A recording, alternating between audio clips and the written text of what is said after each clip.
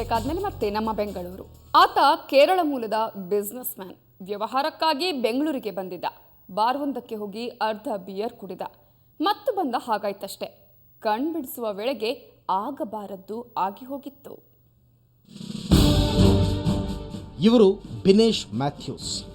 ಕಳೆದ ವಾರ ವ್ಯಾಪಾರ ನಿಮಿತ್ತ ಬೆಂಗಳೂರಿಗೆ ಬಂದಿದ್ದರು.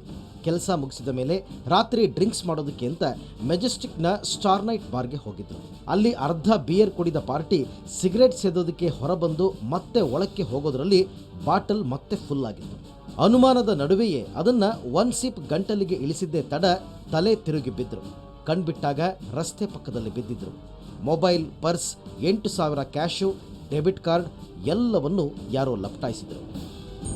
Restaurant, they are putting something to my drinking water, okay, and after that I unconscious, but at morning 4 o'clock only I wake up. At that time I seen that my all wallets and my valuable things, my phone, everything is gone, everything is lost. ಇನ್ನು ಮರುದಿನ ಬೆಳಿಗ್ಗೆ ಆತನ ಮೇಲ್ಗೆ ಮಲ್ಲೇಶ್ವರಂನ show ಆಫ್ನಿಂದ ಸಂದೇಶವೊಂದು ರವಾನೆಯಾಗಿತ್ತು. ಅದರಲ್ಲಿ 41,000 ಮೌಲ್ಯದ ವಸ್ತುಗಳನ್ನು ಖರೀದಿ ಮಾಡಿರುವ ಸಂದೇಶವೊಂದು ಅದಾಗಿತ್ತು. Debit card ಕದ್ದ ಆರೋಪಿ ಅದನ್ನು ಮಲ್ಲೇಶ್ವರಂನ ಶೋ ಆಫ್ನಲ್ಲಿ ಖರೀದಿ ಮಾಡಿದ್ದ.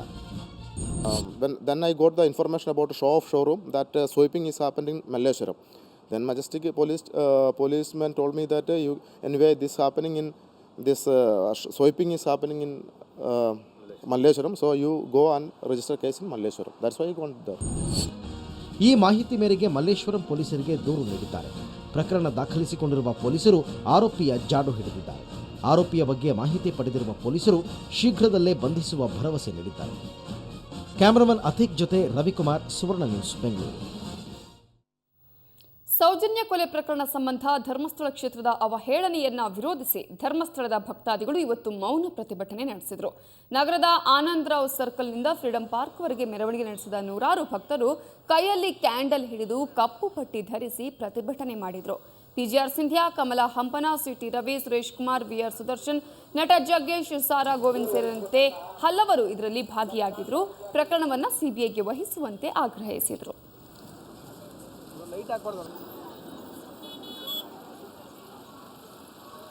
ಕ್ಷೇತ್ರದ ಬಗ್ಗೆ ಸಮಾಜಘಾತದ ವ್ಯಕ್ತಿಗಳ ಅವಹೇಳನಕಾರಿ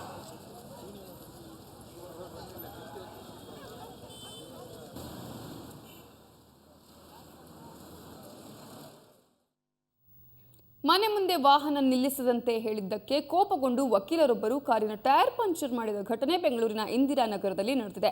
ಬೆಳಗಿನ ಜಾವ 4:15 ವೇಳೆಗೆ ವಕೀಲ ಅನಿಲ್ ಕುಮಾರ್ ಕಾರಿನ ಟೈರ್ ಪಂಕ್ಚರ್ ಮಾಡುವ ದೃಶ್ಯ ಸಿಸಿಟಿವಿಯಲ್ಲಿ ಸೆರೆಯಾಗಿದೆ. ಪ್ರಕರಣದ ಬಗ್ಗೆ ಇಂದಿರಾನಗರ ಪೊಲೀಸ್ ಠಾಣೆಯಲ್ಲಿ ದಾಖಲಾಗಿದ್ದು ಅನಿಲ್ ಕುಮಾರ್ರನ್ನ ವಿಚಾರಣೆ ಮಾಡಲಾಗಿದೆ. ಆದರೆ ವಕೀಲ ಅನಿಲ್ ಕುಮಾರ್ ಮಾತ್ರ ಈ ಆರೋಪವನ್ನ ನಿರಾಕರಿಸಿದ್ದಾರೆ.